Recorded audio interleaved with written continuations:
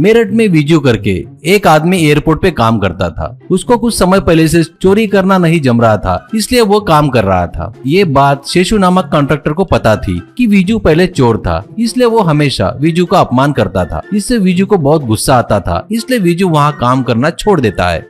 ये बात उसके दोस्त अमित को पता चलती है और वो विजू के पास आकर, अमित, विजू दुखी मत हो रे, उस बेवकूफ के बारे में पता है ना, साइको है वो साला। उसको किसी के बारे में कुछ पता चला तो उसे चिढ़ाता है, अपमान करता है, आगे वालों को रुलाता है और खुश होता है। उसके ऊपर से उसका भाई एमएलए है ना, इसलिए कई प्रकार के कॉन्ट्रैक्ट लेकर जमकर कमा रहा है। तू लोड मत ले यार, छोड़ना यार। वो सब सुनकर विजू चुप ही रहता है, कुछ नहीं बोलता है। ऐसे कई महीने बीतते हैं। विजू अमित को फोन करके एक जगह पर आने को कहता है।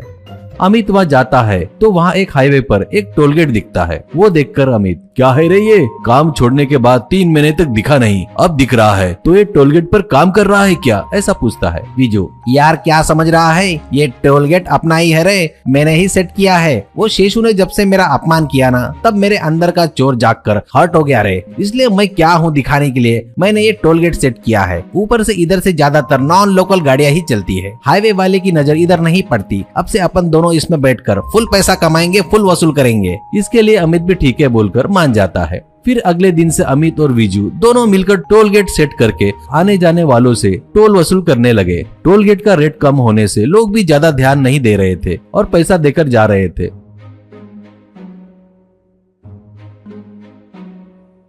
उतना ही नहीं, वसूलियों से पैसों में से कुछ पैसा लोकल में कुछ अफसरों को देने लगे। इससे कोई भी अफसर विजू की तरफ नहीं आता था। ऐसे कुछ दिनों बाद विजू डायरेक्ट एमएलए के पास जाकर उनसे जो टोल गेट लगाया है उसके बारे में बताकर और उसमें से कुछ हिस्सा महीने में लाकर देगा करके मना लेता है। ये सुनकर एमएलए खुशी से मान लेता है।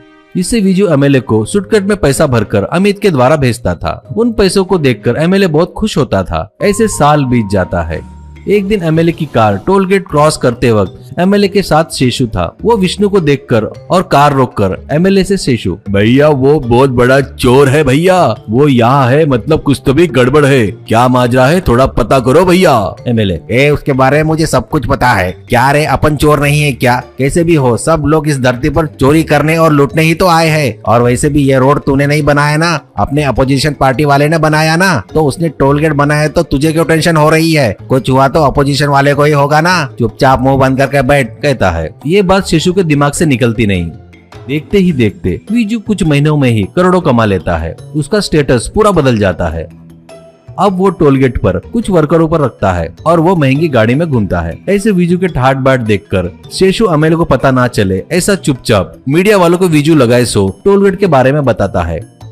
इससे एक बार विजू टोलगेट में रहते वक्त मीडिया वाले सभी आकर उसे घेर लेते हैं। मीडिया वाले के साथ शेषु को देखकर विजू को शेषु का प्लान पूरा समझ में आता है। तभी एक पत्रकार को बुलाकर उससे विजू, देखिए सर, मैं क्या, मेरी जिंदगी क्या, ये टोलगेट एमएलए जी और उनके भाई शेषु का है। सर देखिए वो आपके पीछे ही तो खड़ा है, मैं तो सिर्फ यहाँ एक काम वाला हूँ। करोड़ों जमा होते हैं तो मैं अपने हाथों से उन्हें देकर आता हूँ सर। कम से कम अब तक उन्हें 100 करोड़ रुपए तक दिया होगा। मैंने कई बार उन लोगों से ऐसा धोखा नहीं करना चाहिए करके बोला तो वो मुझे मारते थे सर, और मुझे चोर करके ठप्पा लगाए सर। मेरे परिवार से भी मुझे दूर कर दिए। मेरे परिवार वाले अब कहाँ है मुझे पता नहीं सर। अब मैं कैसे जीऊंगा सर, आप ही बोलिए। मैं मानता हूँ मैंने गलती किया, इसलिए मेरी गलती की सजा के तौर पर मैं एमएलए के लिए खड़ा होकर एक पैसा ना लेते हुए जिंदगी भर लोगों की गुलामी करूंगा सर। इससे ज्यादा मैं और कुछ नहीं कर सकता, ऐसा कहता है। बस एक बार में ये खबर न्यूज चैनलों में आने से सीएम खुद एमएलए को राजीनामा देने लगाते हैं।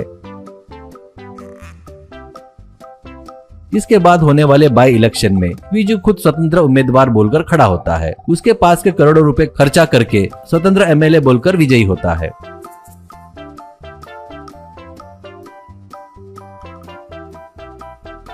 ऐसे जीतने के बाद विजू एमएलए के घर जाकर वहाँ शेषु को थैंक्स कहता है और बाद में एमएलए से विजू, सॉरी भैया, बुरा मत मानो, आप बोले तो मुझे हमेशा आपसे प्यार रहेगा भैया। मेरे नकली टोल गेट से मुझे एनकरेज किए, मुझे करोड़पति बनाए, लेकिन मैंने कुछ नहीं किया भैया, ये सब आपके भाई ने किया है। अचानक मीडिया वालों को बुलाकर मुझे फंसाना चाहता था भैया। मैं भी एक इंसान हूँ ना भैया, डायरेक्ट जेल में कैसे जाऊँ? मैं भी मेरे से बड़े को फंसाना चाहिए ना, इसलिए बचने के लिए आपको फंसाया भैया। इसमें प्लान वगैरह दुश्मनी कुछ भी नहीं है भैया। ठीक है भैया, बाय बाय, फिर मिलेंगे भैया। भैया अगर आपको कहीं टोल गेट लगाएंगे तो पहले मुझे ही बताना भैया, कहकर चला गया।